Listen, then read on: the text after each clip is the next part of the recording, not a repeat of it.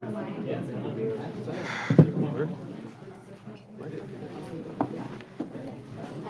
those who are in agreement, please bow your heads. Let's pray for the meeting. Dear Lord, thank you for this day, Lord. Thank you for this glorious day, Lord, that nice breeze that you brought us for fresh air, oh Father God. Lord, I ask that you just bless this meeting, oh Lord. Bless this meeting, oh Lord, and I ask that you give us peace. We ask that you guide us through your Holy Spirit, oh Father God, and make the best decisions for our community, our leaders, and our students, especially, oh Lord. Lord, I ask that you put a hedge of protection to each and every one of us that is here today, oh Father God. In Jesus' name we pray. Amen. Amen. Amen. Amen. Thank you. I wish to call the meeting to order. First item on the agenda is to accept the consent agenda for the previous two meetings of September 12th and September 19th, and financial statement for September the 30th, 24. Do I hear a motion? I so move. Do I hear a second? I'll second. Motion been made and seconded to accept the consent agenda for both items. All in favor, say aye. All right. Anybody opposed? Motion is accepted. We now wish to recognize our guests. Welcome. Looks like we got a full house tonight. I'd like to recognize our guests: Bonnie Herndon, Wade Carpenter, Lisa Ermis, Connie Buchanan, Amanda Hadley, Ishma Martinez, Danny Martinez, Chuck Garabedian, Cruz Mata, Judy Estrada, Brenda Hoffman,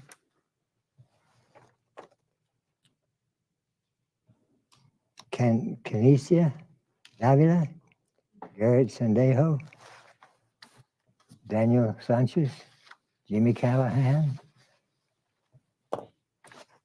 Caitlin Causey, Kate Yaris, yeah, Flores. what? Flores. Flores. Aurelia Sanchez, Ashley Caldwell, Sarah Aguirre, Talia Garcia, Linda Emmanuel Johnson,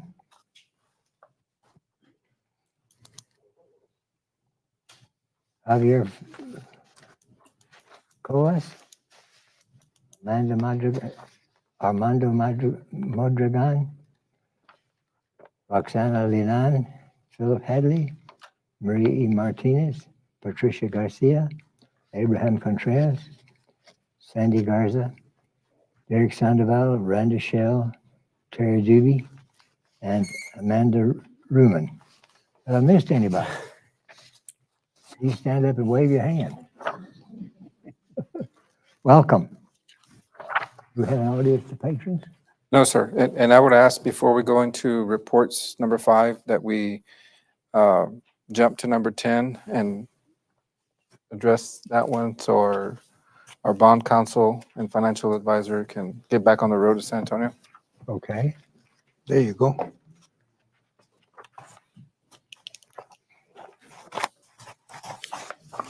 This is item number 10 in your board packet. Thank you. Thank you. I'm supposed to read all that before you get out of here. I'm supposed to read all this before you get out of here. I'll read it. Okay. Thank you, sir.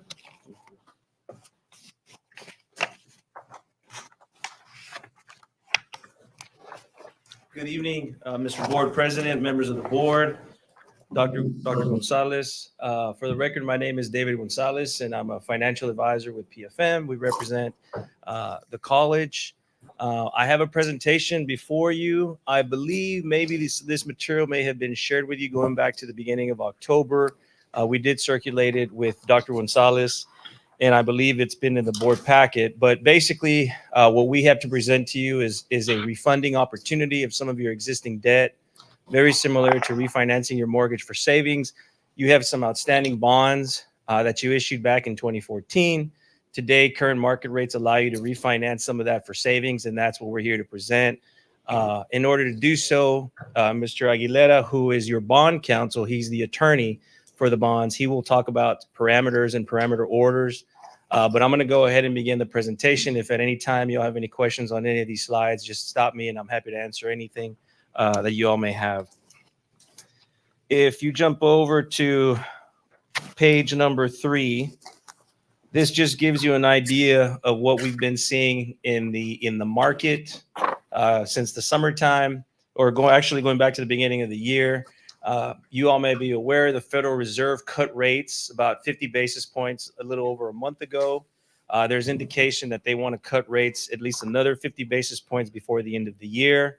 That's causing interest rates across the board, whether it's bank loans, car loans, or municipal bond rates to drop, which is giving you all an opportunity to save on some of your existing debt. So we do expect rates to continue to drop, and that is what we're seeing, and that is why we're here. If you jump over, I'm going to skip slide number 4. These are just some of the other colleges that we represent. If you jump over to slide number 5, this is a list of all of your existing debt on the bond side. So from the bottom up, you have your 2006 bonds, 12 bonds, 2014 bonds, 2014 A bonds, and your 2016 bonds.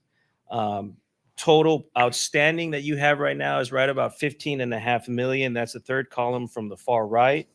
The bonds that we're looking to refinance are your 2014 combination fee revenue bond series 2014.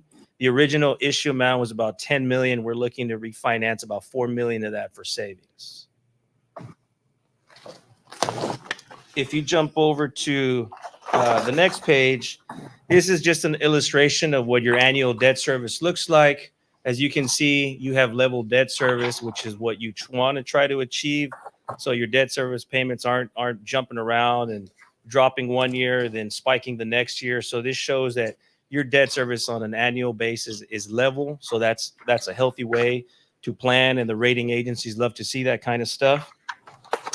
If you jump over to page number 7, here we have on the top there, we're in the blue kind of highlighted area. It says combined fee refunding candidates. So we're looking here at your combined fee revenue bond series 2014, an amount of 4.45. The maturities that we're refunding are looking to be right now your 2027 bonds to your 2033 bonds. If you look on the bottom left, the box on the bottom left, where you have kind of the highlighted yellow area, you have the projected annual savings. So by refinancing your debt in that yellow column under savings, you could save over the life of this term, you could save right under $500,000 at $424,383. That's what the college will see in savings by refinancing at today's rates. The hope is by the time we actually lock in rates, the rates will have dropped some more, and that number will be greater. That's the hope that what we're trying and planning for here. If you look on the box on the right-hand side of that page where it says projected savings summary, so you're looking at your par of the refunding bonds, about 3.9 million. The refunded, which is the existing bonds, you're looking at 4.4. The average coupon on those bonds, which means the average rate on those bonds, is about a 4.4. You have about 360,976 in savings from cash flow, plus the funds on hand from your coverage kind of flow of funds, where some of that money is parked right now. You have a net present value savings of about 220,000. And then the percentage savings of the refunded bonds is 4.905. So anything usually about 3% or higher is when we recommend to move forward with savings. So you all currently on these bonds, you all meet all the proper tests to actually lock in some good savings. But as I mentioned, we hope that over the next month, 2 months, rates are going to continue to drop, and that 424,383 in the yellow column will be greater. If there's no questions on this page, I'm going to jump over to the next page. This is page number 8. So as you all are aware, currently the the college has a bond rating of an A from Standard and Poor's. Standard and Poor's is a major rating agency, and this represents an upgrade from triple B. So back in 2014, when we sold the original bonds, the rating agencies assigned a triple B rating to Southwest Texas Junior College. Well, they upgraded and increased the rating to an A. So that represents a 3-notch increase, which is very unheard of. Usually you see a 1-notch or a 2-notch. They went from a triple B to an A. And if you look at the graph on the left-hand side, if you look at that illustration, under the blue column, Standard and Poor's, it shows you went from a triple B, which is right above that red line. It's the second one above the red line.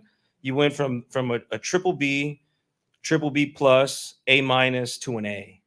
So that's a significant upgrade that the college district received. And if you look in the back to the chart on the right hand side under positive factors, why did they upgrade the college? Growing economy with a rising assessed value, relatively stable enrollment base, which has grown in recent years following a pandemic-induced reduction in demand, and then good revenue diversity and significant revenue raising flexibility, given an operations and maintenance tax rates in fiscal 2023 that remains below the voted maximum. So they viewed all of these as positives, and that's why they upgraded the college district a AAA. So this is just like going out for a car loan and getting a credit check. It's the exact same thing. So as long as you guys maintain that, that's a very healthy bond rating. If you all ever issue bonds in the open market, which hopefully we will be doing for these savings, that helps you to lock in lower rates than if you were a triple B or a B or something of that nature. So congratulations to the college on that upgrade, because that 3 notches is pretty big. It's huge. Mr. Gonzalez, Yes. so basically on there with a lower tax rate, does that make us look better? Is that what I assume or not? Yeah, the way they're looking at it is that your revenues, your enterprise funds are able to kind of, you're not having to raise your taxes so much because your Okay. enterprise funds are doing Well, the lifting for yeah, you guys, okay. basically. And they see that as, well, that means things are growing. The communities are growing, the student body's growing, things of that nature. So that's how they view that. Okay. Well, thank you. If you jump over to the next page, this is a timetable of events, and I'll let Mr. Aguilera jump in here with respect to the parameters order. But today, what we have before you is a consideration of a parameters order. So what that basically means is today we're asking the college district to go ahead and approve a parameters order. What that means is if we have everything that we need, we can go ahead and lock in the rates, as opposed to getting the market where we need it and then having to wait 72 hours and then coming back before the board, and then you risk the market moving away from you. So basically you're giving us authority today and say, okay, we're going to set certain parameters. If all of these parameters are met, then we can go ahead and lock in rates and execute documents and sell the bonds. And I'll let Mr. Aguilera, who's your bond counsel, who kind of specializes in that area, he can dive into that here. But with this timetable, we're here presenting before the board. We're working on documents behind the scenes. We're working on documents with your attorneys. We'll have meetings with the rating agencies again. We'll have meetings with underwriters. And then if you jump down to the 3 items on the bottom, we hope to have ratings and bond insurance on November the 5th. We hope to price on November the 13th, and then we hope to close on December the 19th. And again, this is assuming all the parameters are met and interest rates are where we need them to be so that you guys can maximize savings. So with that, Mr. Aguilera, would you like to? Could I just ask a question? Yes, of course. Sorry. Go ahead. My microphone's on. So just so I understand, the purpose of it is to be able to materialize savings through a refinancing because interest rates are expected to decrease. What's the advantage of doing now? If you guys anticipate the interest rates are going to drop, should we wait a little longer to see if they drop more? Or if maybe it's just because you never know, is like next year if interest rates drop dramatically even more, are we precluded from doing another sort of refinancing? Very good question. So these parameters that we're setting today, should the board decide to move forward with that, these are good for 6 months. Generally, when you have what they call a 10-year call, so the original bonds have a 10-year call. Anytime you advance refund those bonds, there's negative arbitrage which impacts your savings. Generally, when you're currently callable, which is where you are today, the savings can improve, but it's not going to improve drastically because you're already in a currently callable kind of marker period right now. So there will be additional savings, but it's not going to be currently. You're looking at maybe 4% savings. If the Fed drops rates by, let's say, 50 basis points or 100 basis points, you're not going to see it go from 4% savings to 10% savings. So what we're trying to do is just kind of get a good indication, market indication along with underwriters who are actually going to price these bonds. And once we get into a healthy level and we meet those items, we'll go ahead and pull a trigger.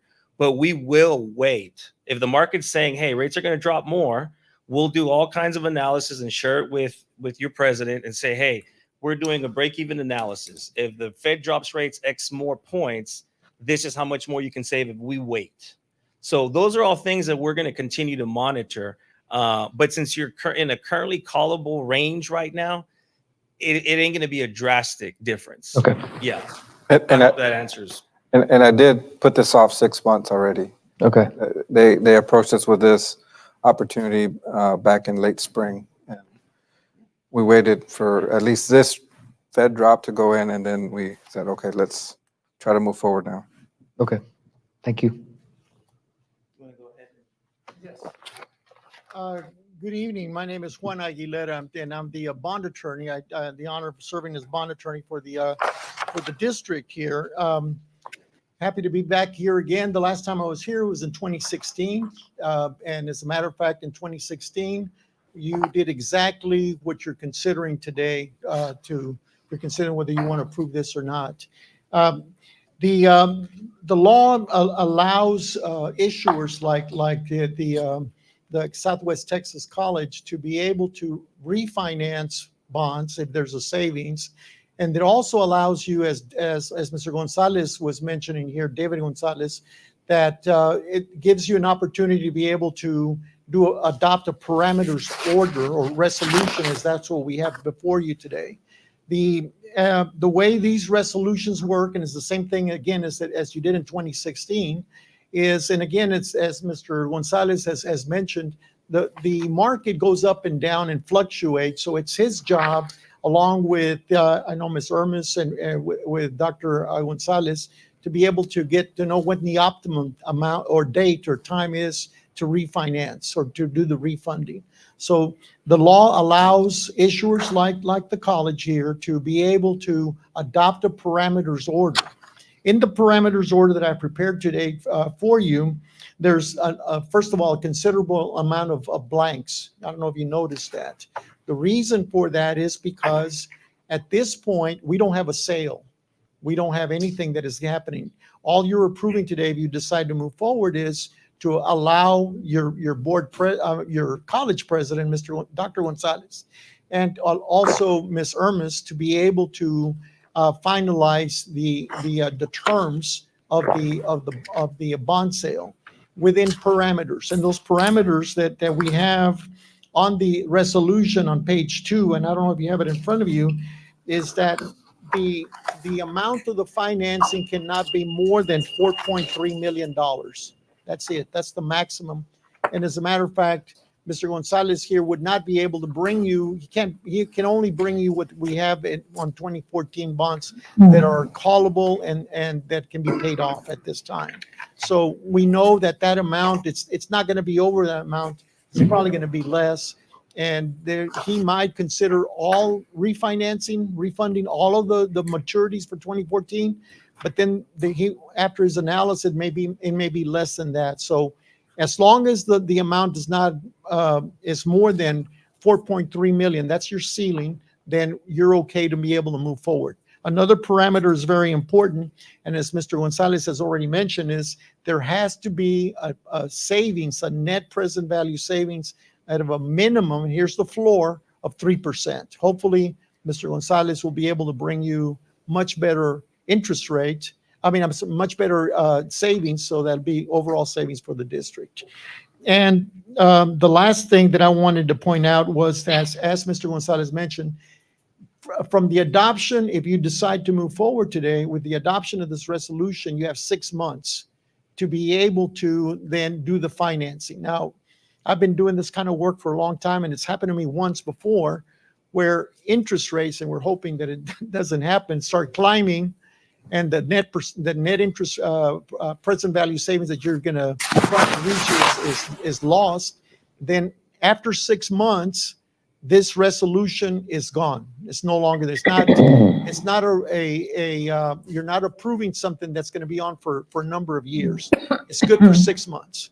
Now, that instance that I told you that it happened to me one time, it so happened that on the 8th month, the interest rates went down, but we had to come again before the board and start over again and adopt a new resolution. So we're hoping that this transaction will be completed within 6 months.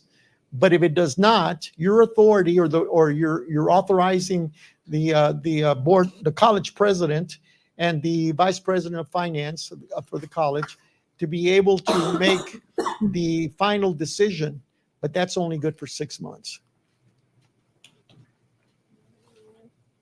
Are there any questions on the legal side? No, because I'm glad we have Mr. Gonzalez here, because he'll be able to answer all the math questions. I tell everybody, Dr. Watkins, I said, if I knew math, I would have not gone to law school, I would have gone to medical school. Thank you. Okay. Why are we only able to finance 4.5 million? Those are, of all your outstanding debt, those are the only bonds that actually generate savings. So you have other outstanding debt out there, but because of the maturities or because of the coupons on those bonds, there's really no savings. If you remember, about 10 years ago, we were at historic low interest rate environment. So you were able to sell a lot of debt, or you were able to sell some of your debt at historic lows. So even though rates are going down, some of that debt doesn't generate the savings that these specific bonds that we're here speaking about today generate for you. So these are just the candidates currently that generate savings for the college district.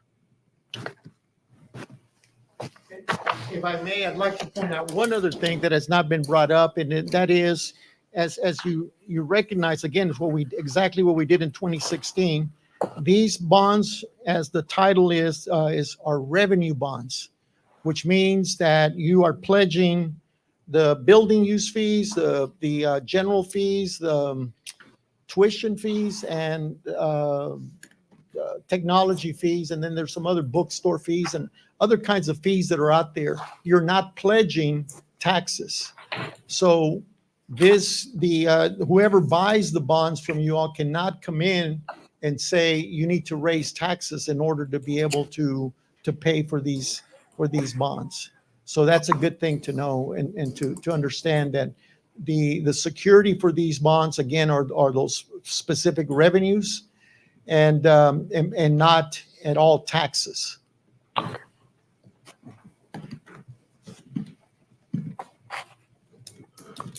So if it's the pleasure of the board to be able to move forward, then a motion to adopt the resolution as presented is what we would need. Do we need Okay. to read the resolution or just make a motion to, As presented. as presented? I'll go ahead and make that motion. I'll second the motion. Motion made and seconded to accept the proposal. All in favor? Aye. Aye. Anybody opposed?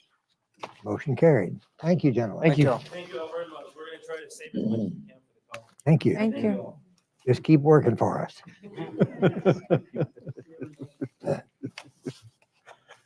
Next on the agenda, we have reports, Yes, sir.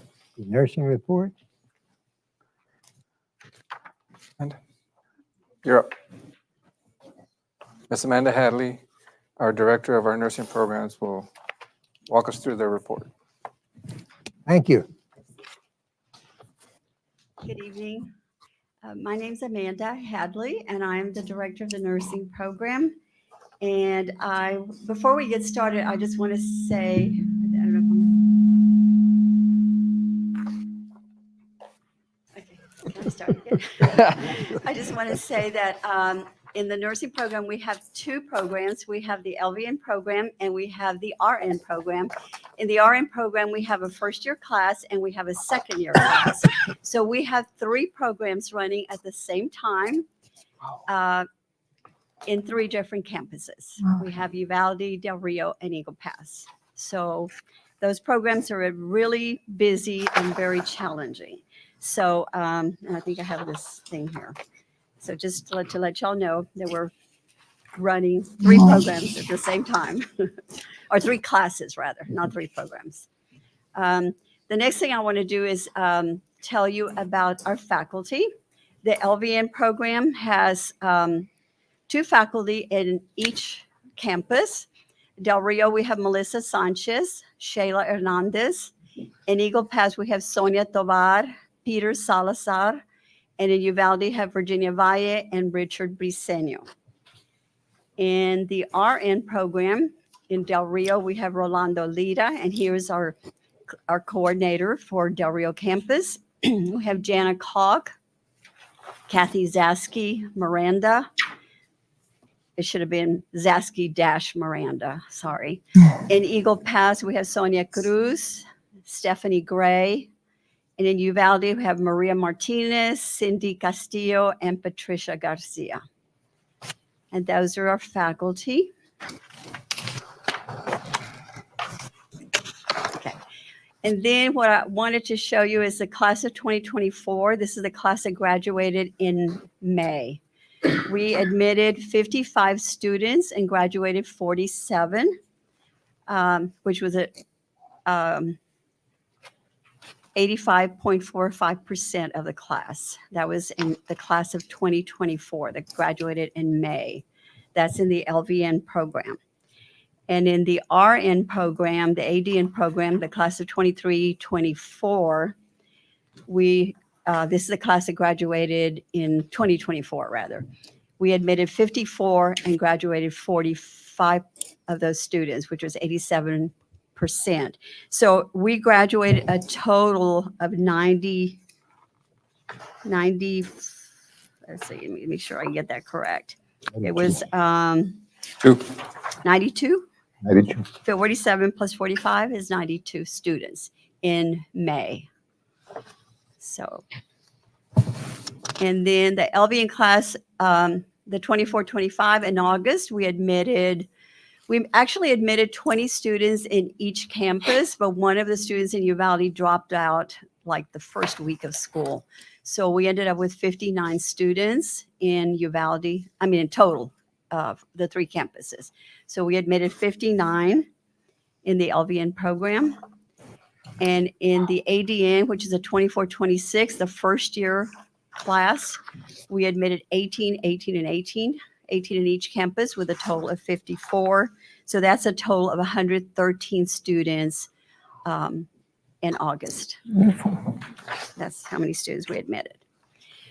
And then the ADN class, which is the class that's going to the second year class is going to graduate in May of 25. We admitted 53. That class, a lot of the students are here right now. We admitted 53, and we still have 51 of those students in that class. So we're really excited about that class.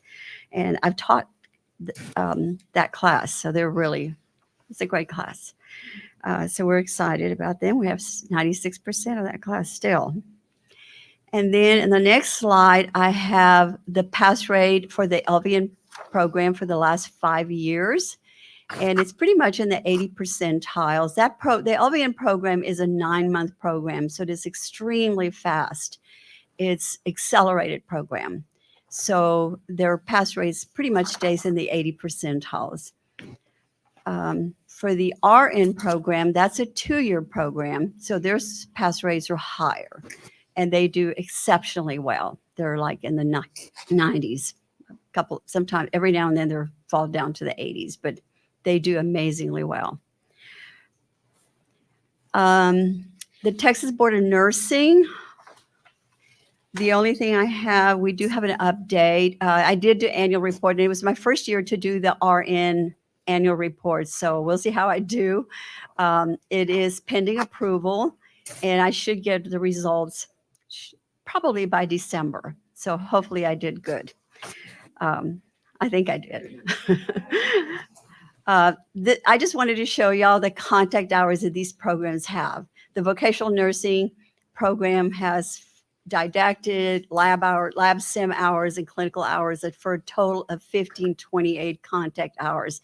This program is 40 hours a week, 5 days a week, 40 hours a week. They're here Monday through Friday, 8 to 5. So they're here a lot, and they do lots of clinical hours.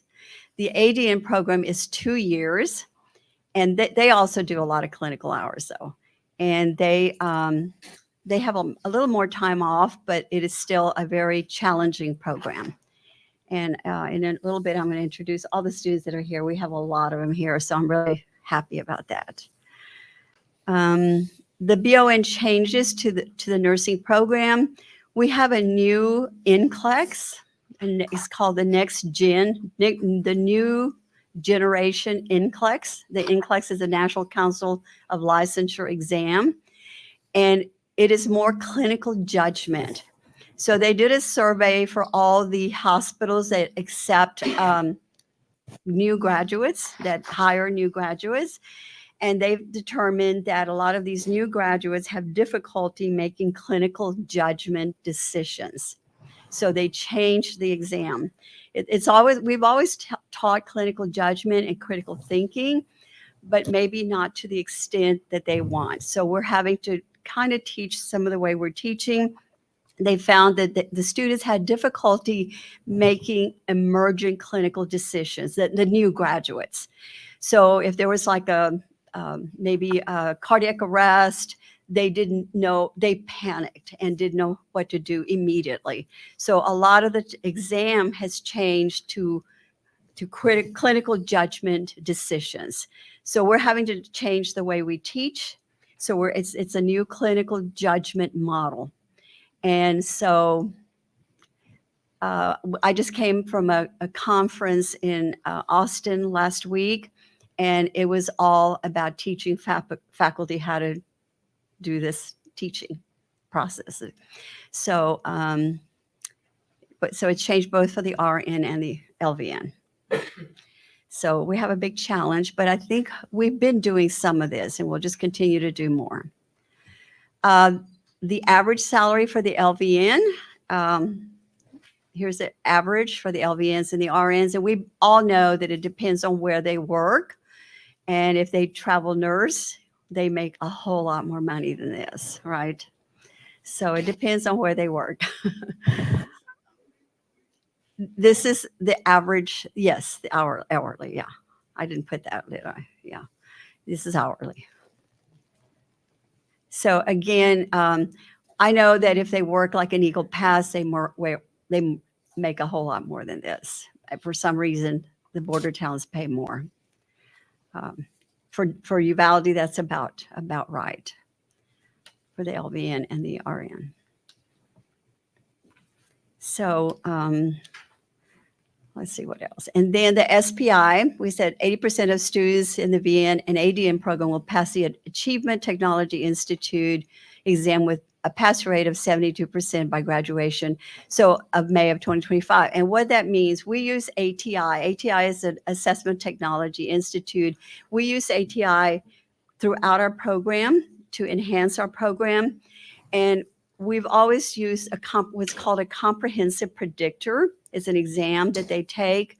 And if they score a 72% on that exam, that means that they have a 92% probability of passing the NCLEX. So that is what our goal is, that they score at least 72%. So that's what we're. And just for the board's information, the SPI, every department, every instructional department, every service department, that's their departmental goals that line up with our strategic plan. So I asked, going forward that each department, as they're presenting, to talk about their SPIs. So you as a board have an understanding of what it is that they're focusing on to help improve student success, to help improve efficiency within the department, et cetera. Okay. Any questions about that? Anybody? Does everybody pass the board exam when they're through, or some of them don't make it? A lot of students do, yeah. Uh, I showed you the 5 years that for the last few years. We're still waiting for the results for this last year's class, yeah. You know about what We percentage? have about 80% of the class pass in the LVN and about 90% in the RN usually, yeah. But we'll get the results about December. The LVN program is only 1 year? The LVN program is, yes, it's 9 months. It's an accelerated LVN program. But before they can enroll in the LVN program, they have to have some basic. They have to take some prerequisites. They take 14 hours of prerequisites So for the that's LVN. like a 1 semester hour? They have 1 semester? 14 hours. It's like a 3-semester program with the first semester being the prerequisites and then 2 semesters of They have to LVN. take the prerequisites before they can get into before they can be accepted into the LVN program. Yes, sir.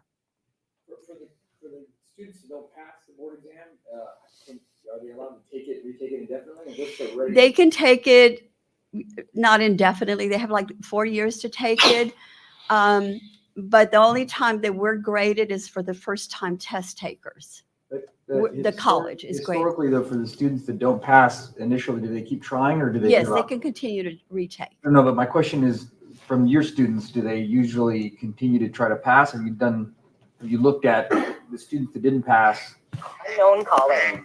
Yes, How they did eventually? they do. They eventually retake. We may have like 1 or 2 that never test or they never go back, but for the most part, they all do. Yes.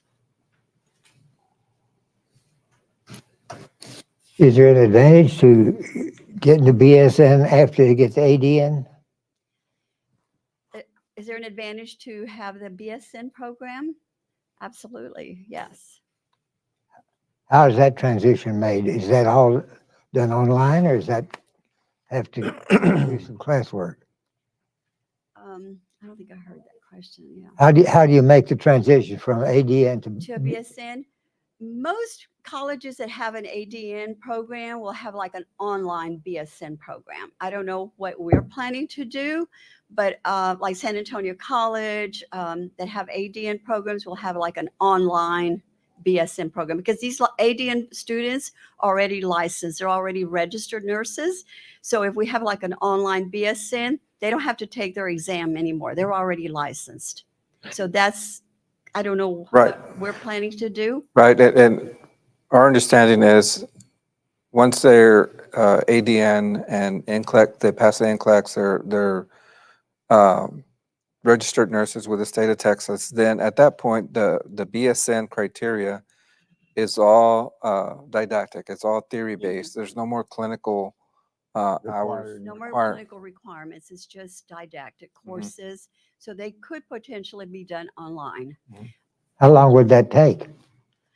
Usually it's about 2 years, depending on how many classes we offer per semester. Yeah. It could be a little bit less, depending on, like if we do summer classes and things like that. It's had I've been looking at some of the, does Sol Ross still have their BSN I program? think they Yes. do. I'm not sure. I think that was a 1-year program where it was didn't require the clinical. It was all didactic, and I Yeah. think it was a 1-year program, but I'm not sure what they have. I've been looking at San Antonio colleges and I like their program. Yeah. We currently have a consortium with San Antonio College, so as soon as they finish here. oh, really?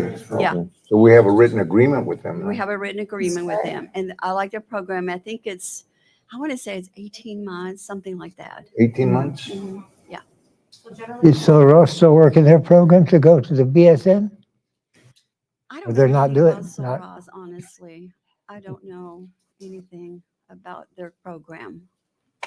So in terms of, you showed us the enrollment, but in terms of what is the demand? In other words, are you returning kids away, or are you filling everybody You know, that wants to in go? the LVN program, we're not.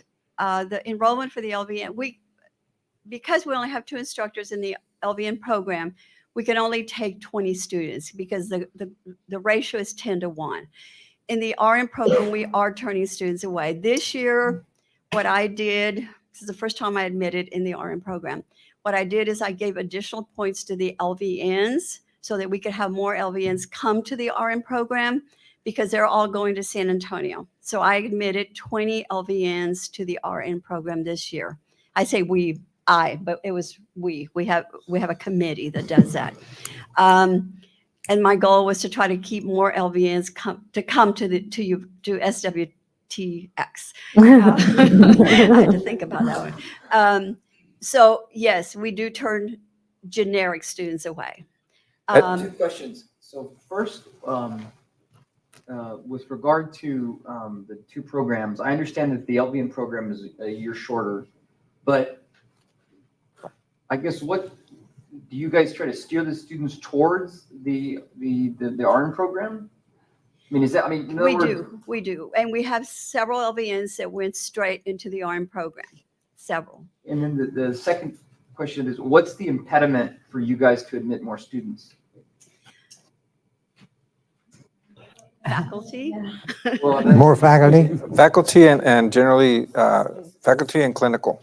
Clinical facilities. So we have to have enough sites, and right now we use the hospitals, and they have to have enough experiences within the hospital to give the students the appropriate clinical experience for the topic that's being taught at that time. And at any given point, we probably have 150, 200 students on a waiting list to get into the RN program. So I mean, because fortunately the college is doing well. I'm assuming we have the resources to invest in the program, but you're saying the limitation is the clinical resources in our area, not our ability to invest in the program.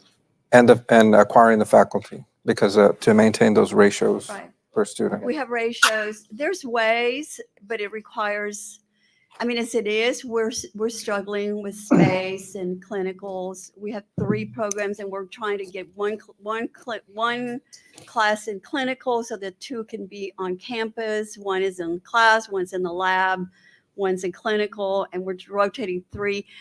There's ways. What San Antonio College is doing right now, and I have a friend that works at SAC who graduated with me from graduate school, and what they're doing is they're hiring part-time people to work evenings. That's one way. Another thing that they're doing is having weekend faculty to do clinicals. So there's ways, but it requires a lot more faculty. And then as the director of the program, what is your objective going forward for the future? Is it to grow the program, to keep it the way it is? you know, Speak freely. Okay to talk bad about them. My goal would be to have a bigger building with a lot more space, more labs, more faculty. That would be my goal. Perfect segue. So I had a conversation. 2 big skills labs, simulation labs. You're asking me my goal. So I had a conversation this afternoon with Congressman Gonzalez, and he says, you need to get me your priorities and give me something that I can find you $5 million for. And so this was at 4:00 in the afternoon. So I've been sitting in my office and I'm like, what do we need? And we didn't talk, but the thing that came to my mind is we need a brand new health sciences building that has the space for the additional skills lab that we can incorporate our radiology, LVN, RN, PCT, surgery, all in one health sciences facility. It's going to be sitting right on top of the intramural field right now, because that's what we've been protecting for a big building. He just told me today, find me something that I can fund that I can get you $5 million for. And I think that's what we're going to ask him for. How much would it cost to do something like that? So Not yet. beyond the idea to articulating it to y'all, that's as far as I've got, but it'll take every bit of that, if not more. And this is probably not a question you may not be able to answer right now, but why in Uvalde and right on Del Rio or Eagle Pass if the program's in all three locations? So it is, and we have the locations everywhere. And so that would also mean expanding the footprint over there in Eagle Pass and Del Rio. Now, you're familiar with what's going on between Southwest Texas College and Sul Ross. So we have the ability at both those sites that we have facilities. It's going to take some remodeling, but we can repurpose some of those buildings into the equivalent of a health sciences center here. Yeah. Isn't the limitation the number of clinical beds? That would be nice. Right. So, and they can get creative on the clinical by expanding hours and also by using simulations. So, but that would require more Yes. simulation labs. And we can use simulation as clinical if we need to, yeah. So that's all I have. Sounds like you got your boat loaded. Sounds like you're doing a great job. Thank you so much. Thank you, Amanda. I was gonna get, I want to get all our nursing students to stand up, please. And do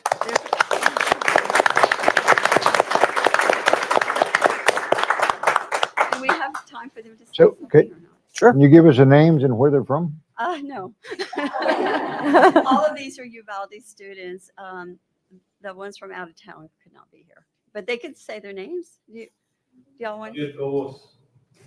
Second year nursing student. Nice. Nadia Garcia, second year RN. Chris Davila, second year RN as well. Ashley Kyle, second year RN. Gary Sendejo, second year RN. Emmanuel Youngson, second year RN. Caitlin Causey, LPN. Sarah Nikita, first year RN. Kate Flores, LPN. Adelaide Circe, first year RN. Wonderful. Thank you all for being here. We really Staff, Amanda. appreciate you all being here today. Staff. Oh, faculty, I'm sorry. Faculty. Patricia Garcia. Thank you. A lot of potential. Mhm. It's good. Well, go for it, Hector. Go for it. Will do. They need to. We haven't got to go through it. Other clinic. Thank you for that report. We feel that's excellent. There's a big demand. Next on the agenda, we have safety, security, and campus police report.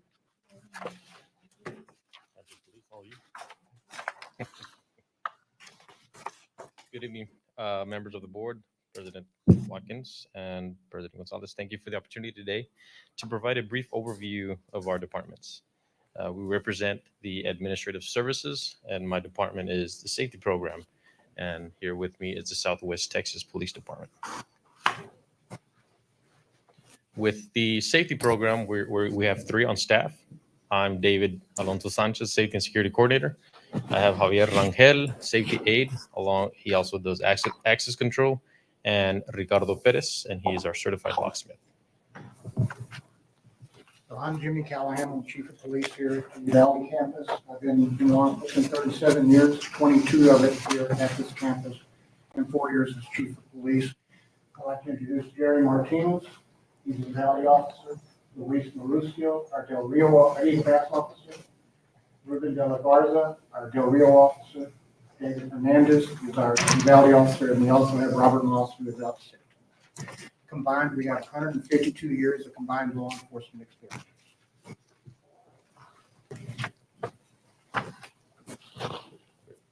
So our safety program, and alongside with our Southwest Texas PD, we're committed to providing excellent customer service while ensuring the campus-wide safety.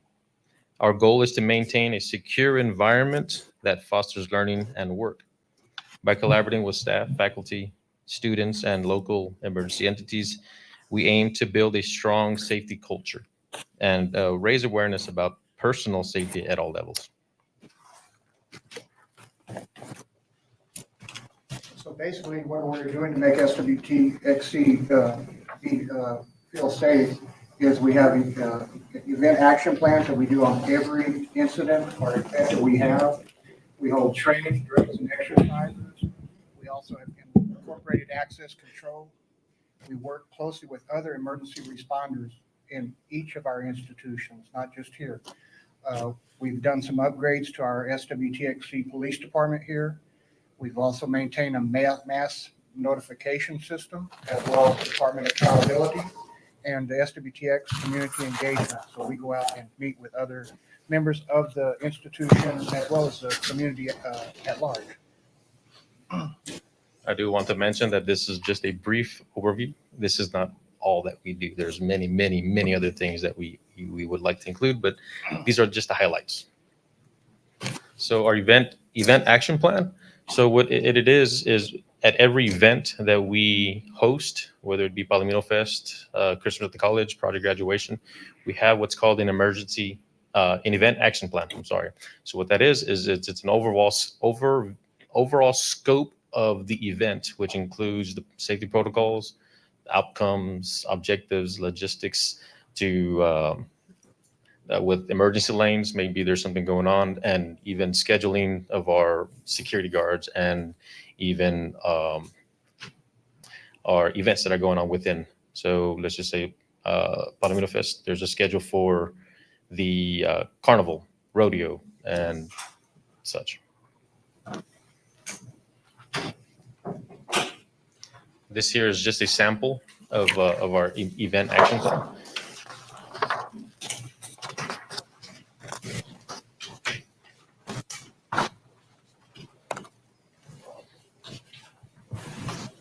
So part of my job is to do trainings to our faculty, staff, and our maintenance team. We do what's called not preventative maintenance, but oh my gosh, we do, and when an incident happens or an accident happens, we come in and we do a training on that purpose.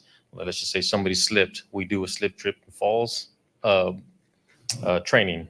Maybe somebody mislabeled a chemical. We go and do a proper labeling training. A lot of these trainings are OSHA based, and we try and keep it that way, although we don't have to abide by them. It is something that is basic, and we try and implement all of our OSHA based OSHA rules. We also maintain an SDS, a safety data sheet. So for faculty and staff and students, we do student orientation. Our SPI is combined with them as well as the campus police. We do alert training, craze training, stop the bleed training, and other trainings that we see necessary that might be of use for our campus institution. That's correct. And at this time, I'd like to introduce that we do our SPI, our strategic plan initiatives. We are a conjoined force. So what we do is we go out and we do trainings with our faculty and staff. We do scenarios. We give them the information on the what ifs, and we go through our protocols, which we have 5 total: our hold, secure, evacuate, shelter, and lockdown. So, and we also, when we do partner up with our emergency, let's say PD, they do in return, we offer our facilities, they do in return maybe a craze course or do some alert training for our faculty and staff. And we've done that in Del Rio and Eagle Pass in the past 2 months.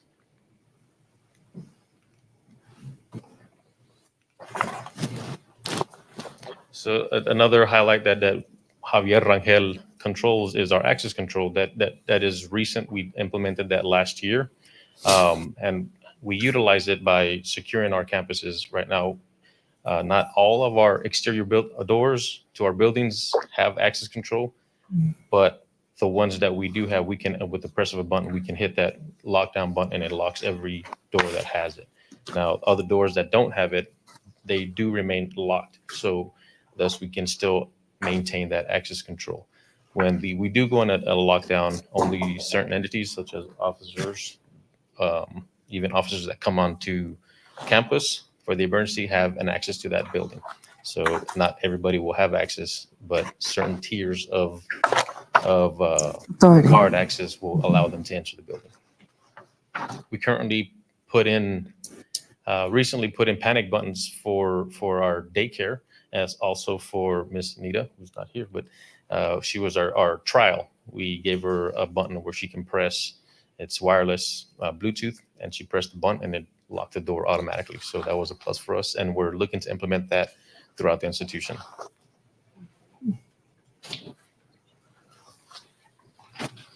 So SWTX works closely with other emergency responders. Our partners include Uvalde Police Department, Sheriff's Office, in all of our counties. We also work with Del Rio PD, Eagle Pass PD. I got a good working relationship with them. We're members of the Emergency Operations Center. Most of us are. Air Evac, Border Patrol, we're real good partners with them. They actually come and train on our campus here, and EMS and Uvalde Fire Department. So we work real well with all of our agencies. And if we need something, they're here for us, and we're there for them if they need something. So some of the equipment upgrades we got was ballistics vest, helmet, of course, the standard duty belt, the sidearm, the handguns, keys, lights, flashlights. But the next one, Motorola Next radios. I'm a communication specialist with Middle Rio Grande Development Council. So we got a trial radio of the Apex Next. I brought it out here. Dr. Gonzalez saw how outstanding the radio was. Not only does it talk without the antenna, it goes through LTE service. We can put it through Wi-Fi. We have communications. And he immediately told us to purchase these radios. Does it work in buildings? Yes.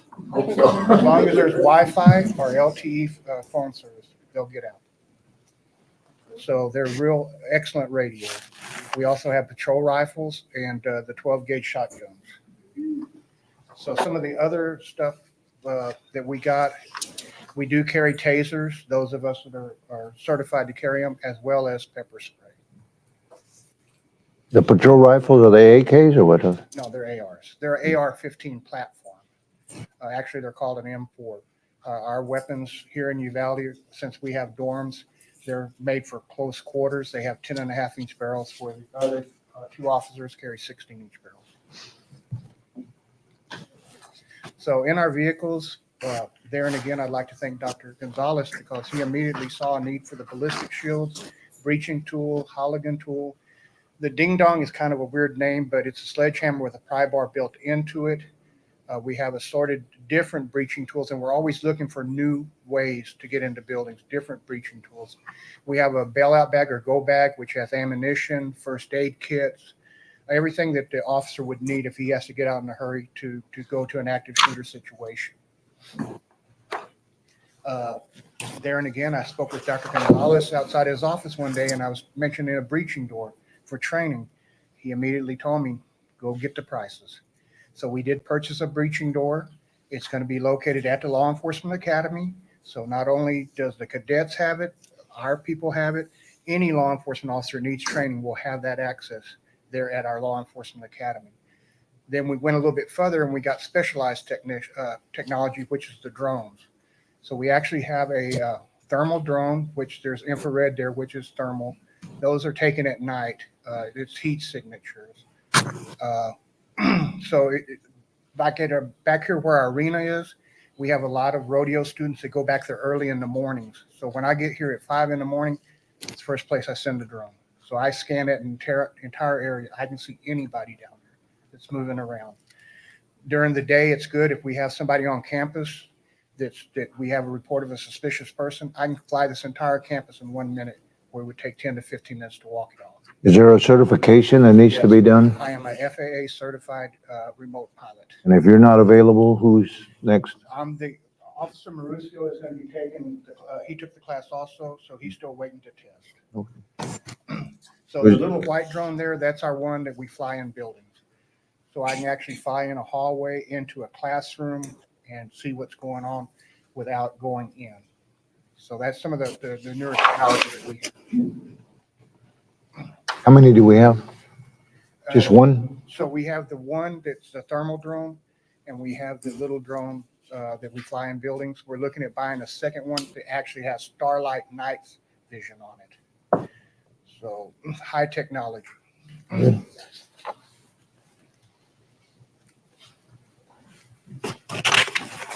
Moving on to mass notification. Currently, what we have in place is what we call the App Armor.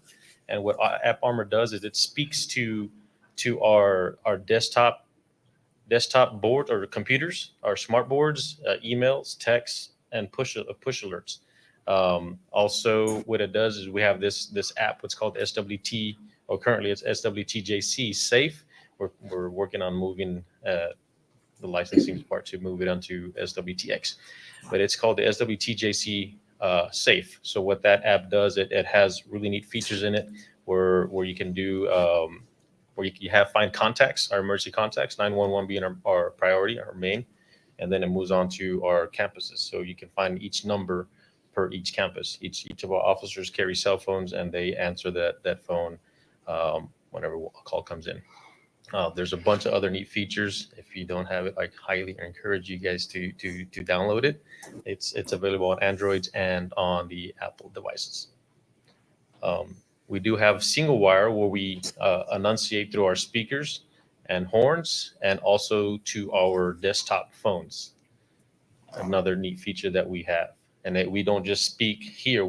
I can dial a number here and talk to Del Rio, and talk to Eagle Pass, or talk to Crystal City. So we have those extensions as well. Not very many people know them. Try and keep it a secret, but we have them available. Another program that we implemented last year or 2 years ago was the Red Sky. So it was a law that was passed through the Carries Law, and we had to have it. So we implemented that last year, and what that does is it gives you an address, a direct address, whereas before it would give you 2401 Garnerfield Road. Where on 2401 Garnerfield Road. Now, what it does when we dial 911 on our desktop phones, it gives you a building number and a zone. So it will say 2401 Garnerfield Road, Building E, Zone 3. Right. So now they know exactly where that call was made, or a better precision of where that call was made.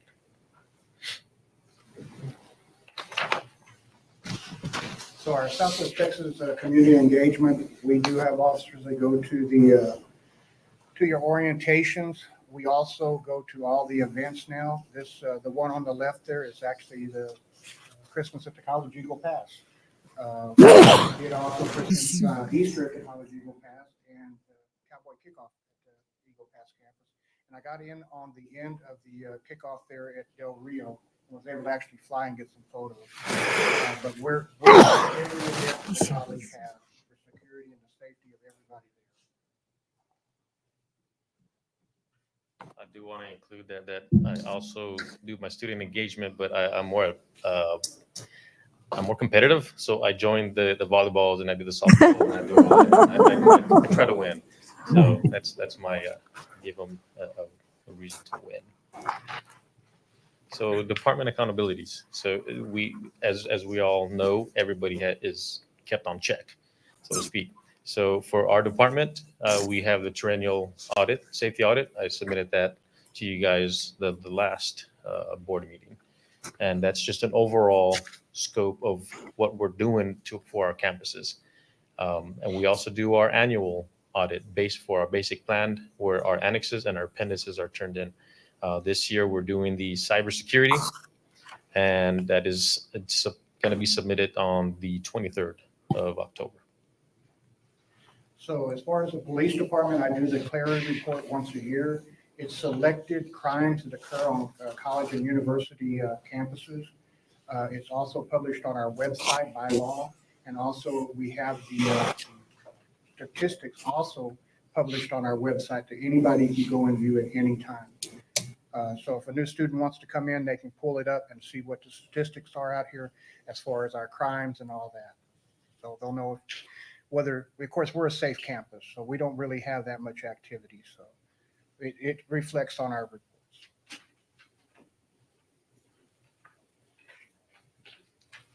And that is the extent of our presentation. There is one more thing I'd like to add. When I was talking about the radios and Dr. Gonzalez, these are the only radios currently issued to law enforcement in this area. We were the first agency to get them, and we're the only agency right now to have them. Thank you all. If you guys have any questions, if you don't have any questions now, you can find me in 203 in the administration building, or find Jimmy at Find the a Hubbard black and Hall. white unit on it. We're here to answer any questions if you don't got them now. Thank you.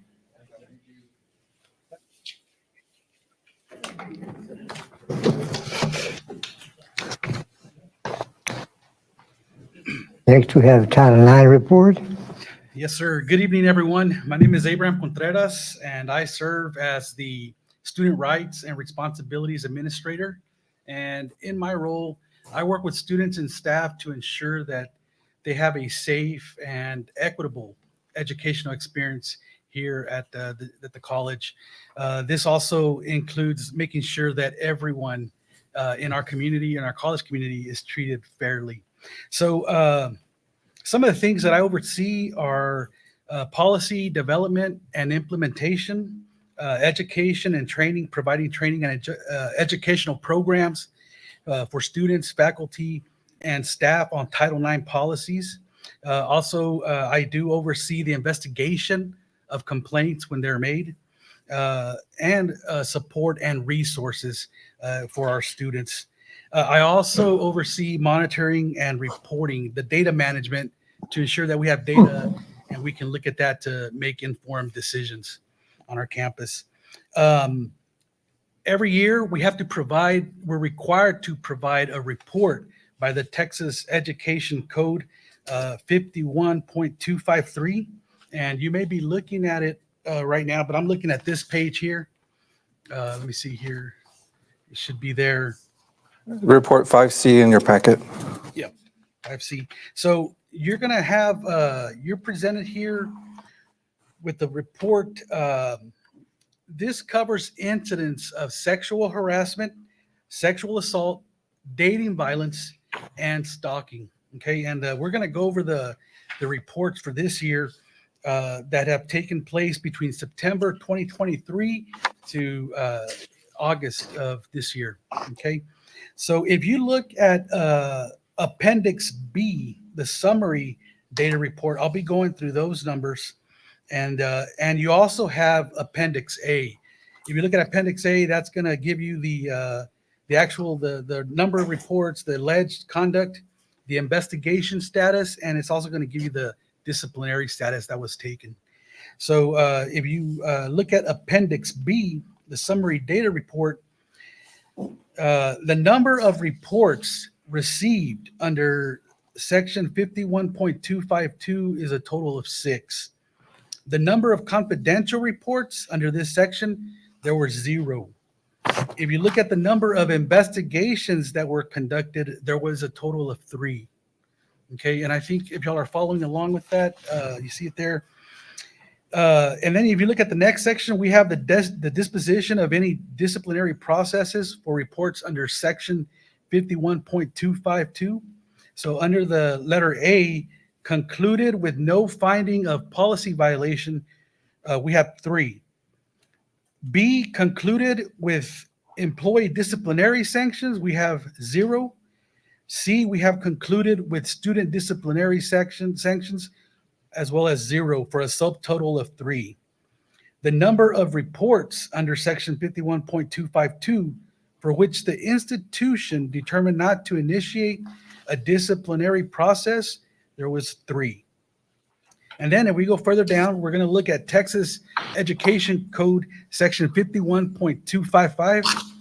The number of reports received that include allegations of an employee's failure to report or who submits a false report to the institution under Section 51.255A, we have 0.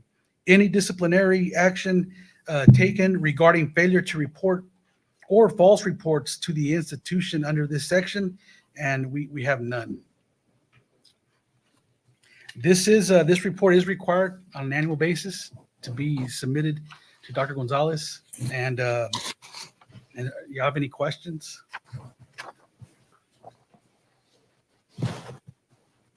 All right, well, if y'all think of anything, just let me know. And thank you very much. Thank you. Next on the agenda, we have the president's report. Yes, sir. Item number 6 in your board pack. Begin with tech expansion. Phase 1, we're still trying to finish up the loose ends with that project. The warehouse here is functional. There's a little bit of electrical, a little bit of plumbing to finish it out.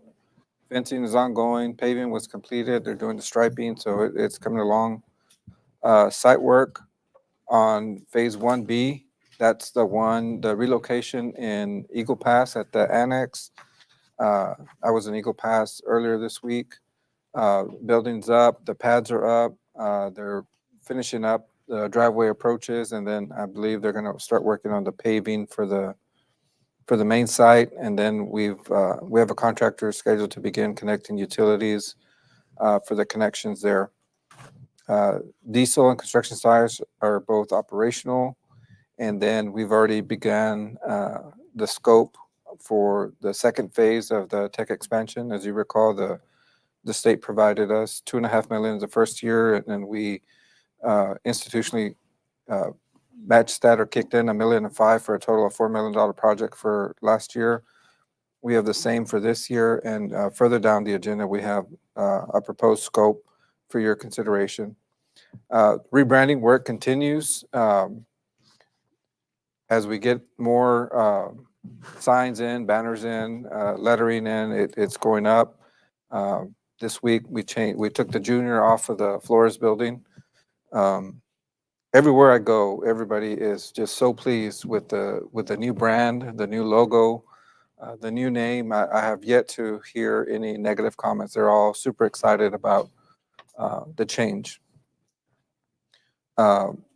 Going down to other conversation with students, we began that series with Del Rio last week, Eagle Pass, and then Uvalde coming up in the next couple of weeks.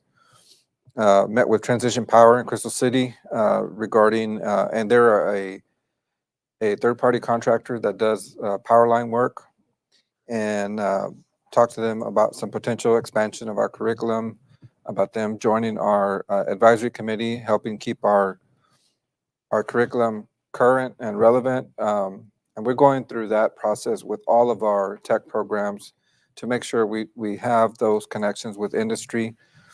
We had the Kubota regional service managers on campus this week, and they toured our new diesel tech program that's producing students with Kubota certifications.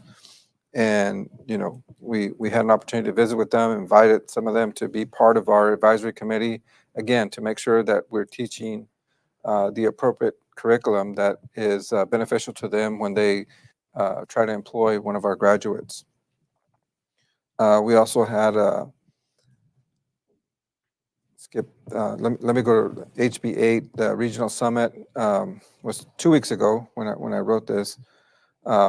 Took a good team from the college, and really we had staff from the coordinating board talk and explain some of the nuances with our new funding model. I think it was very beneficial for the team.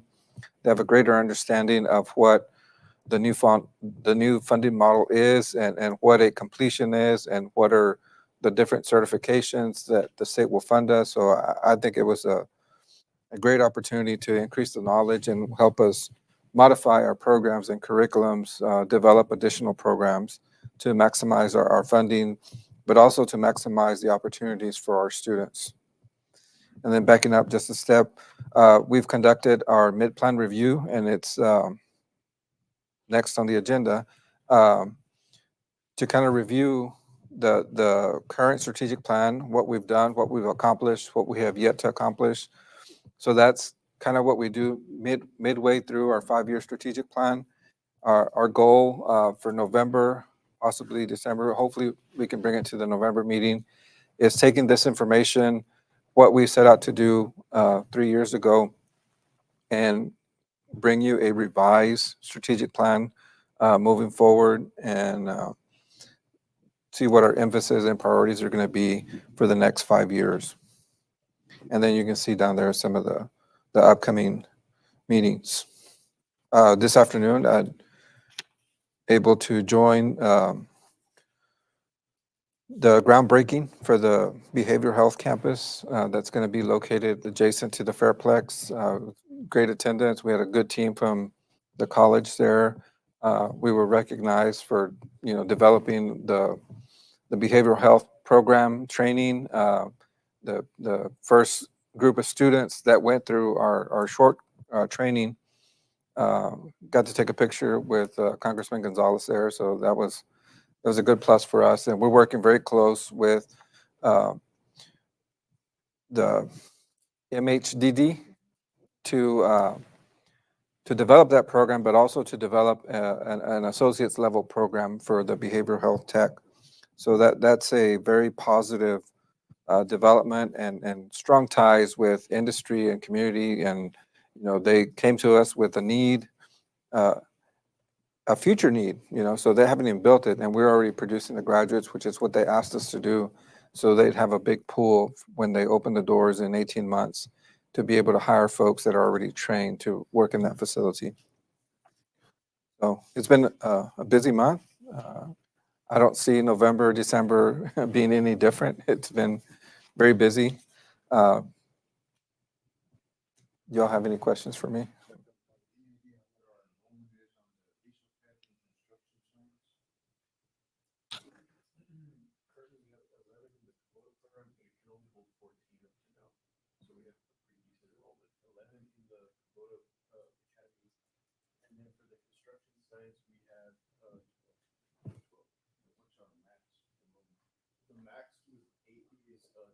Construction science, we had almost a 50% increase from last year. This is year 2 for construction science. We're doing better. Yes. We still got, we have a long way to go. Yes. And what was the max for these? That's what's enrolled now. What's our max? How many can we take? The max will be up to 20. I'm looking for help for those two instructors, like an aide or something like that? So in order we have the current instructor, and our goal is to possibly hire our lab assistant.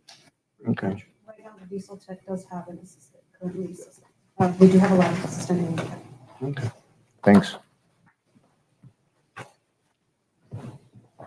Any other questions? Okay, thank you. Thank you. Next, we have on our agenda to consider an act on a mid-plan and review strategic plan. Oh, Dr. Garza's already there. Good evening. I'm here to give you some highlights of the process that Dr. Gonzalez just described. As you can see, the strategic plan is one that was first initiated back in 2021 with baseline figures. And for each objective in the strategic plan, there were goals set and a continuous process of monitoring. And so today's presentation will take a look at where we are with all those areas. As we know, the strategic plan is built upon these 3 goals. We aim to start and enroll students, to make sure that they persist and succeed, and then support them so that they do complete their programs and ascend into their careers of choice. Starting this mid-plan review, we saw that there were some areas that needed to be addressed in terms of metrics. And so this slide just bullets those points. There were original baseline figures that were set. And in a nutshell, there have been updated technologies, updated methodologies that the college strives to keep up with. And so because some of those tools that we used before to help us keep tabs on our progress are no longer available, we had to make some adjustments. And so you will see some minor tweaks with baseline figures. Starting with goal 1. And this will be the format for the next, for the remainder of the presentation. We'll list the strategic objective and then talk a little bit about the target of each one and then the progress. So for 1.1, focusing on increasing the efficiency and capacity of student enrollment, for 11A, we were aiming to increase enrollment management efficiency from 78% to 90%. Looking at your strategic plan, you will have some more figures that it's this document right here that you may have in your board packet. You have more specific data tables there. But in a nutshell, our progress shows that this is one area that we have very limited data on because of some outdated methodologies. This is one that we plan to bring back in November, as Dr. Gonzalez mentioned. For 1.1B, the goal was to increase enrollment of first-time in college students by 40% by 2026. You can see on 1.1B that there is a slight dip, and you see this trend throughout. Coming out of COVID, we experienced a dip in many of our areas. This is no exception. So we saw a slight dip, but then since the 21-22 school year, there has been an increase. For goal 2, we are aiming to increase the number and percentage of students achieving 15 credits, 30 credits, and be core complete. For 2.1A, the goal was to increase the percentage of first-time in college non-dual credit students achieving 15 semester credit hours in their first semester from the baseline figure of 6.1% to 16%. And this is throughout the life of the strategic plan, the 10 years.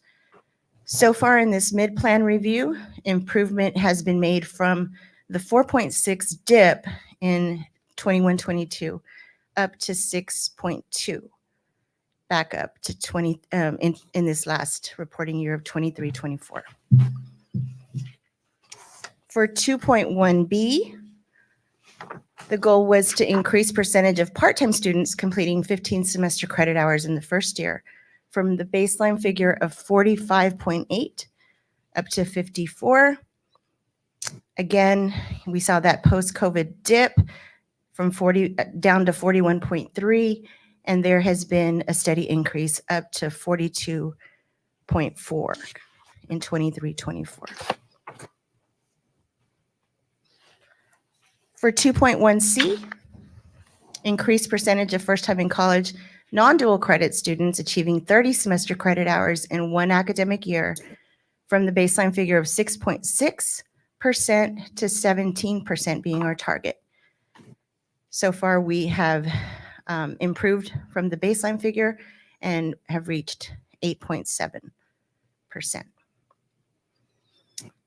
And 2.1D, increased percentage of students who transfer from Southwest Texas dual credit with 15 semester credit hours to any four-year institution from 46.8% to 56%.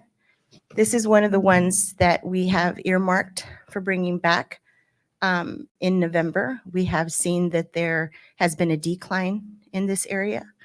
And so I know Cabinet has had many conversations about this one, but there will be some revisiting of this one. That decline, is that, when is that, last year, this year, or is that historical over the last several years? Just this year? It's the 23-24. Or 23, and what about the year prior? For 22-23, it was 25.7, and then the 23-24 was 21.1. You guys, I mean, I understand you don't have, you're saying you don't have great data, but what is y'all's best understanding of why that's happening? It's a pretty big deal, right? Yeah, that is a big deal. I don't know. What's y'all's theory? So with a transfer metric in particular, the more time that a student has, the more transfer we see, right? So especially with this one, since it's dealing with dual credit students, some of those students may have entered our dual credit program when they were freshmen in high school. So they haven't had enough time to get the 15 credits and transfer. So we suspect that might be bringing those numbers, skewing those numbers. That's one of the things that we want to investigate and try to figure out a more precise way that we can possibly measure that. Have y'all looked at the transfer rates with kids that have a full year? Because 15 hours is a semester, right? 12 hours is a semester, yeah. But have you looked at just compared that with people that have a year or? We haven't, but we could. That's a good thought. So definitely more discussion to come on that one. Thank you. And 2.1E, the aim was to increase the percentage of academic students who become core complete at the end of their second fall semester from 11.3 to 21%. And our progress shows that for 2.1E, that is another one that we have seen a downward trend, and we'll be revisiting about not only how we can look at this data through different metrics, but also how we can really target some interventions so that we can get the data where we want it to be and get the services to our students. What does core complete mean? So core complete is the 42 credit hours that comprise the academic core. So that's classes like English 1, English 2, History 1, History 2, government, those kinds of things. And strategic objective 2.2, to increase the one-year persistence rate from 50.8 to 60%. That one has had some minor fluctuations, but overall is experiencing some growth. And then our final goal, to complete and ascend, we took a look at increasing the 2-year completion rate of full-time, first-time in college students from 23% to 33% by 2026. So for that one, we have seen gradual growth throughout. So it currently stands at 42.4%, already surpassing the goal that the college set for 2026. 3.1B, increase the 3-year completion rate of part-time first-time in college students from 18.8% to 28%. So we have seen an increase there from baseline to 27%. So already just almost at the target, but we are missing data for the last 2 years because the 3 years haven't passed yet. And then 3.2 aims to increase the 3-year transfer rate of transfer eligible first-time in college students. And that one, starting from the 31.9, it has gradually increased to 32.9. Following years data, again, the time hasn't passed yet, so it's not yet available. I have a question, sorry. Yes, sir. What, do y'all have software to digest this data, or is it just, I mean, are y'all having to do it by hand? I mean, 'cause it's We have- a lot to- We have software. Yes. Yes, actually, one of the items lower on the agenda is one of our analytics software renewal on it. That's so- Yes. It's mostly, yeah, mostly. You might have to do it by. And then 3.2A aims to increase the percentage of first-time in college students who transfer from the college to Sul Ross from 7.5% to 18%. This one experienced a sharp decline, and this one will be part of our revisit in November. Dr. Gonzalez? So where are they going? Not there. Yes, not there. And then the last two that we have are more qualitative and get away from the hard numbers. And so 3.3 was to develop an institutional framework for mapped student pathways to include identification, monitoring student progress, and placement in a progressive advancement of a job or academic standing. And so efforts focused on developing clear program pathways, enhancing transfer opportunities, and building job placement structures. Those things are all in clear focus, and we're continuing to build on those. And then 3.4, develop and sustain an organizational structure for strategic innovation and development. And so those efforts have started. So we noted there that those initial steps include defining key areas, roles, and processes to foster a culture of continuous improvement to make sure that they are, all our processes are aligned with our college strategic plan. So next steps, we will continue to engage in transparent, continuous reporting on each objective. We're committed to revisiting those metrics and having those continued conversations. And then in November, we will be back with, November, December, we'll be back with the strategic plan update and refinement. So let me make a couple of comments on the 21-26 strategic plan. This plan was developed in 2020 as we were still right in the middle of COVID. And obviously you can see from a lot of our targets, we were very aggressive on where we wanted to move. You recall our institution, like every institution of higher education throughout the nation, saw a tremendous decrease right after we came out of the COVID pandemic and try to get students back into the classroom. So a lot of that is, you can see in the enrollment, from the first year out of the pandemic and where we set our baseline, we lost 700 students. The following year, we gained 300 students. And the year after that, we gained another 300 students. So we're finally back to the level we were before the pandemic hit. And I've stated this many times, the pandemic radically changed higher education, both from a planning perspective to operational perspective. I mean, it really just shook it up and then threw it back out on the table. I mean, we're having to relearn, readjust to the new way of higher education post-pandemic. The other things that we've identified, you see the term FTE, full-time equivalent student, or first-time in college student, FTIC. And what we realize is when we're setting our targets, we need to be more prescribed. There's a vast difference between an academic student and a technical student in how they approach credits, how they achieve credit accumulation. There's a big difference even amongst the tech students between one-year programs and two-year programs that can skew the data one way or the other.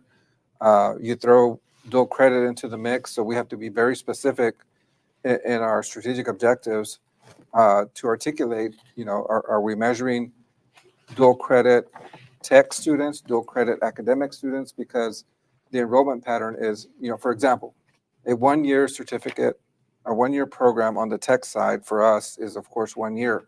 On the dual credit side, it takes 2 years to get it. So we need to have better disaggregation of data in how we set the targets. That's the kind of stuff that we're going through right now to set more meaningful targets. The one I was very pleased to see was the threes, the goal 3, the complete, because those are off the chart now. I mean, we set a target and we've exceeded it. And if you know, HB8 is all based on goal 3, because if we can't get them to finish, there's no state funding. So the goal with goal 2 and goal 1 is to identify those markers, those leading indicators that will communicate to us that that student, if hits that mark, is on the pathway to complete. So that's what I've tasked the team is, let's identify what those markers are in the interim that we can help students cross that bridge. And once they cross that bridge, they're on the pathway to complete. So that's our vision for the next 5-year plan, is to base it on some of those markers that will ultimately lead to more goal 3 completions. And then we hope to bring that in November, latest December.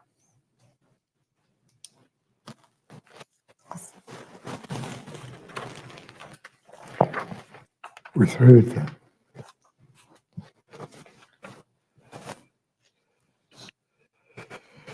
Next on our, We need a motion. what? We need a motion. A motion. Need a motion to accept the strategic plan. Presented. Second. Motion been made and seconded to accept the strategic plan. All in favor, say aye. Aye. Anybody opposed? Motion carried. Next, we have consider an act on a one-time bonus payment to employees.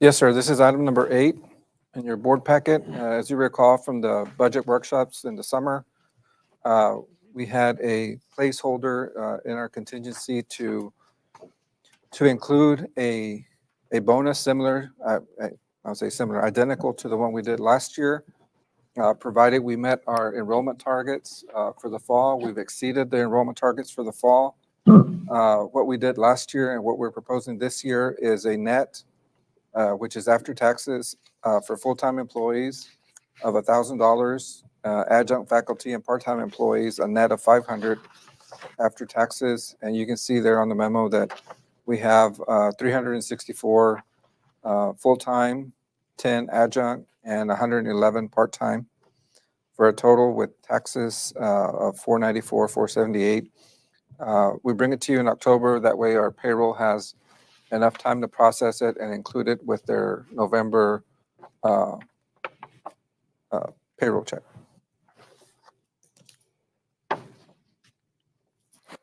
We need a motion to accept the proposal. What is the payroll tax on the 1,000? The specific, 7%, but then With the TRS, it ends up being about 15%. 15. So the net, the gross would be like $1,100, and then they reduce the taxes, and it'll be 1,000. It's already calculated in the total. It is in the grand total. In the grand The grand total. I think we discussed it before. And Right. we kind of, depending on enrollment and how Right. those goals that we're gonna meet. Yeah, so we based, our budget is based on semester credit hours, and we had a target of 33,400 and what? 33,843. That was the target, and we surpassed that target. So we had it at currently it's at 34,374. So we use semester credit hours because that translates into tuition dollars, which is what the budget is based on. I'll make a motion that we proceed with the raise for this. I'll second. Okay, a second. Victor did. Victor, all in favor? Aye. Anybody opposed? Motion passed. Thank you very much, and I know our employees will very greatly. Only if they need it. Grocery bills have gone up. Next item on the agenda is to consider an act on modifying TASB policy, DIA local, FDA local, by appointment of Title IX. Yes, sir. Item number 9, you've already met Abraham, presented the Title IX report. There's a lot of pages here, but all we're doing is naming him officially as our Title IX officer. Both for the policy D is in reference to employees, and policy F is in reference to our students. So he'd be our Title IX officer for both employees and students. I'll make a motion to put Mr. Contreras as the Title IX officer. I'll second.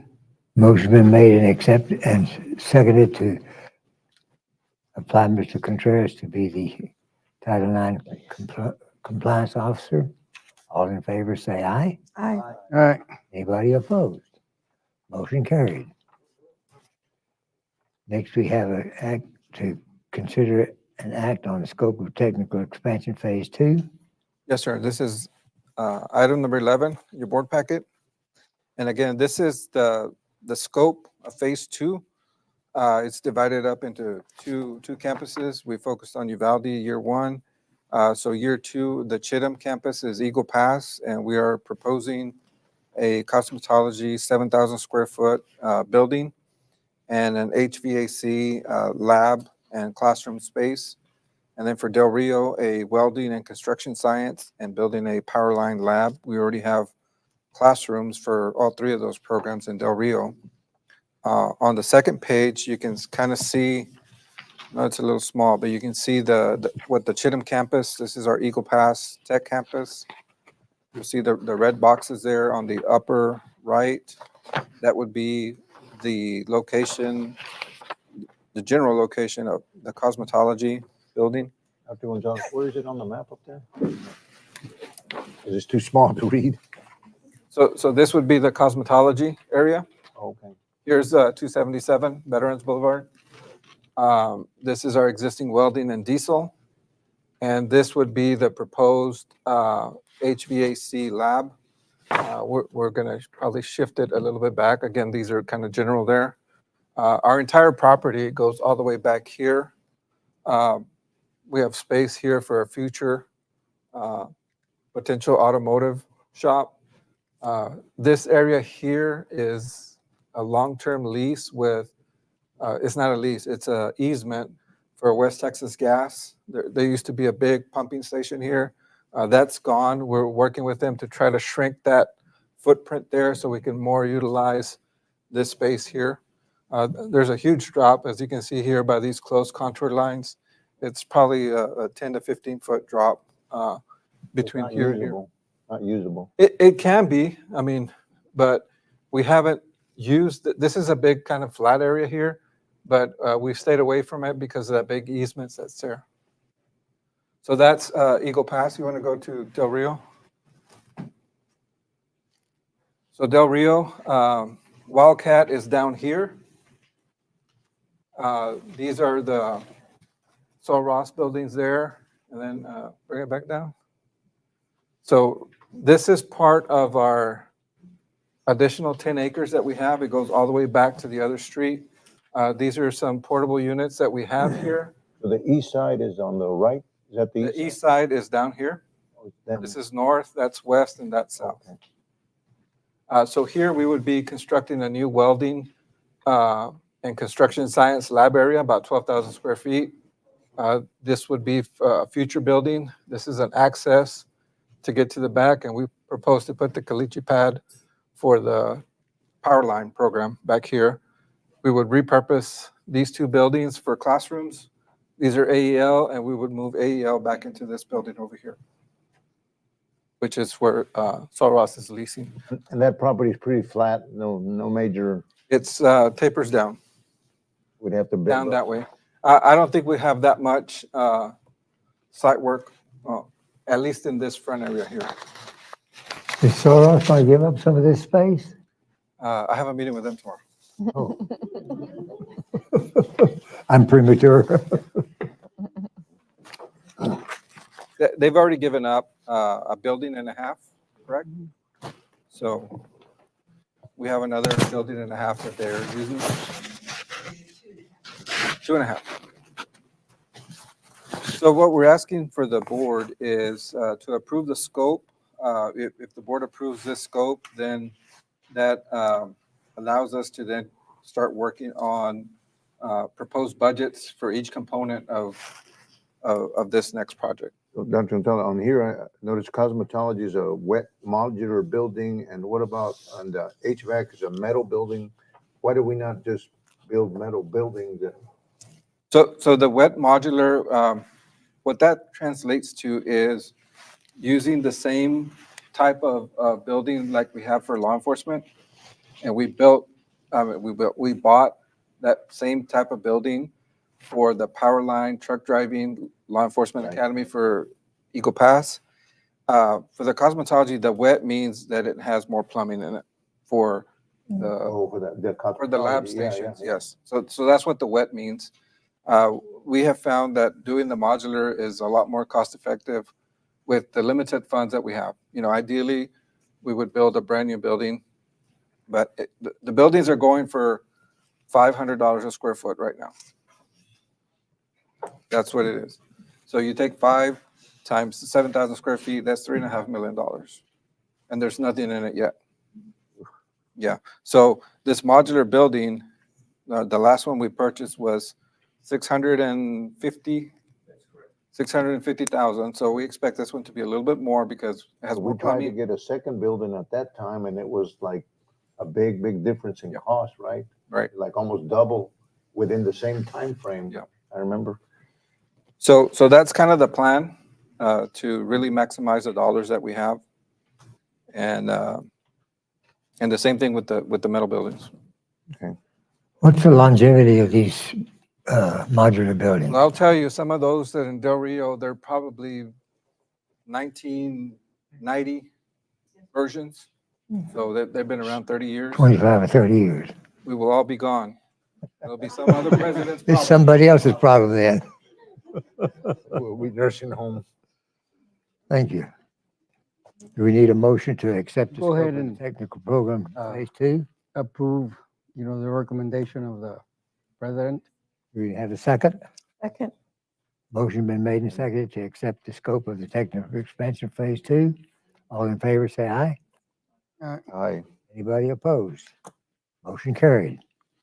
Next item on the agenda is act on rescheduling the December board meeting from December 19th to December 12th. Yes, sir. So we're asking if the board would consider moving up the meeting.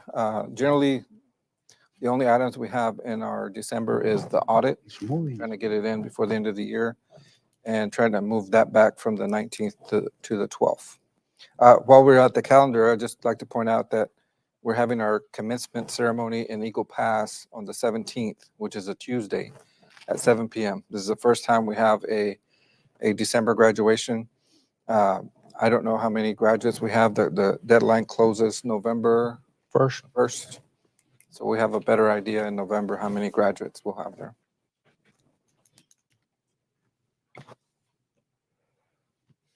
I move that we change the meeting to the 12th. That's fine. Do I hear a second? Anyone else? Second. Okay. So all in favor of rescheduling the December meeting from the 19th to the 12th of December, say aye. Anybody opposed? Motion carried. Next item on the agenda is to consider act on Zogotech software program. Yes, sir. That's item number 13. So this is a 3-year contract with the first year being $34,000, and then second year $35,700, $37,485 for a total of $107,185. We do get some training credits, and these are it's one of the softwares that we use for the data analytics. We're already using this company. We are already using it.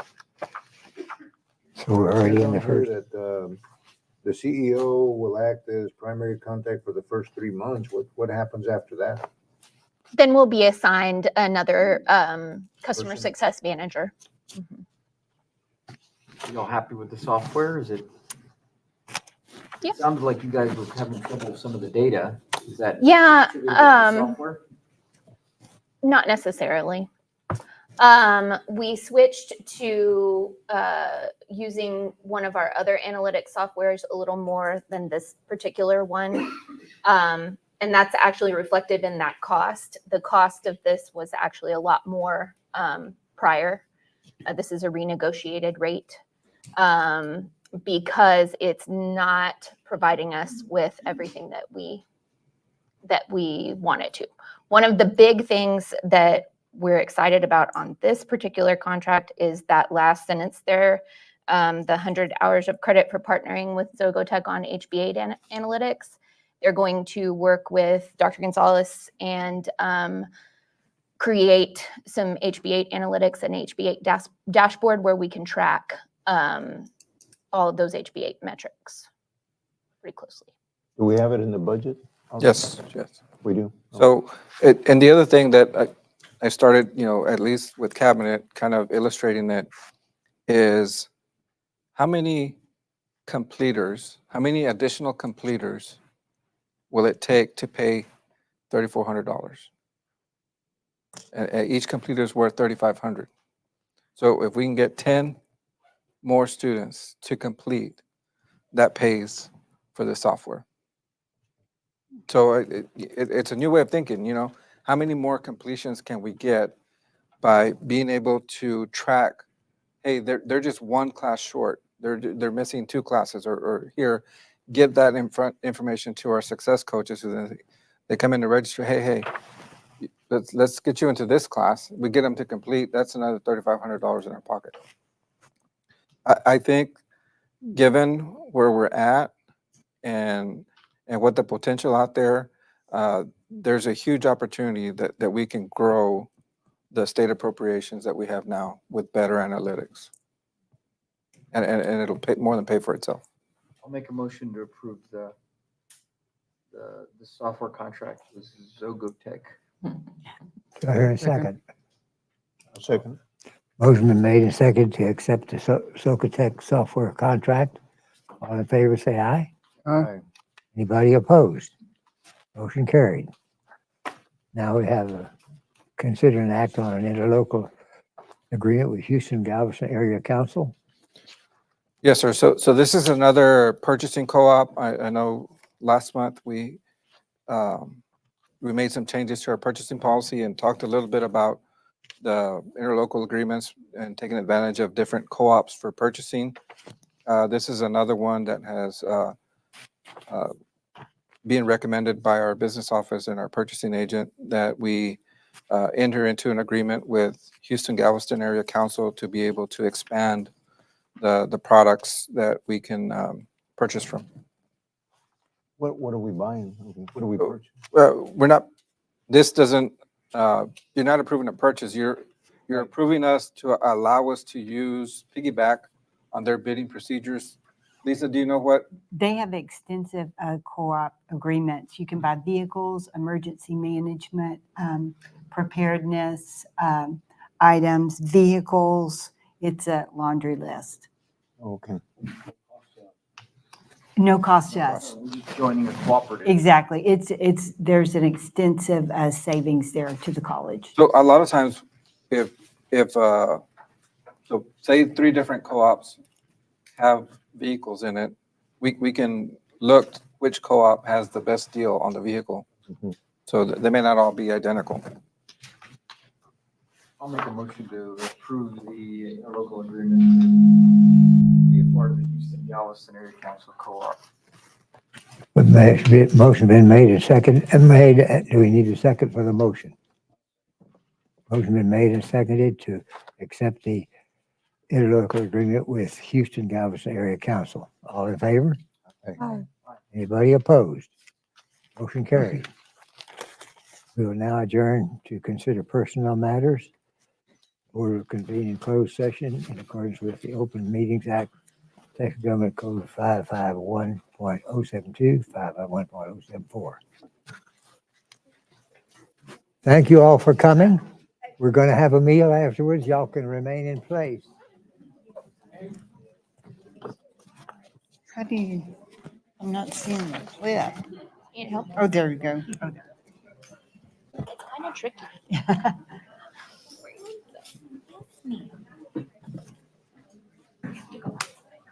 I know.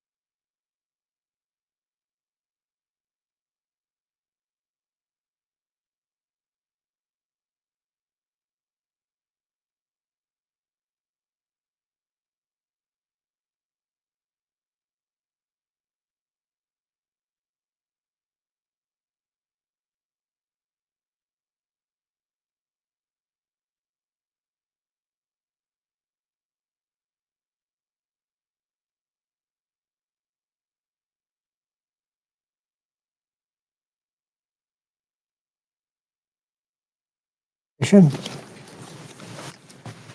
there any further business to attend? No, sir. Item number 17 will table until next month.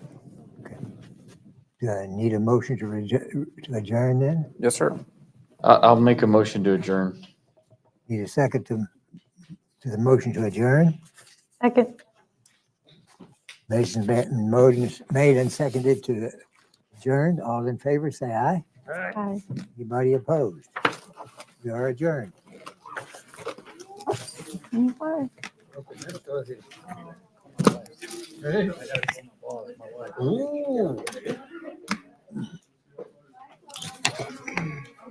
We are adjourned. Let's eat.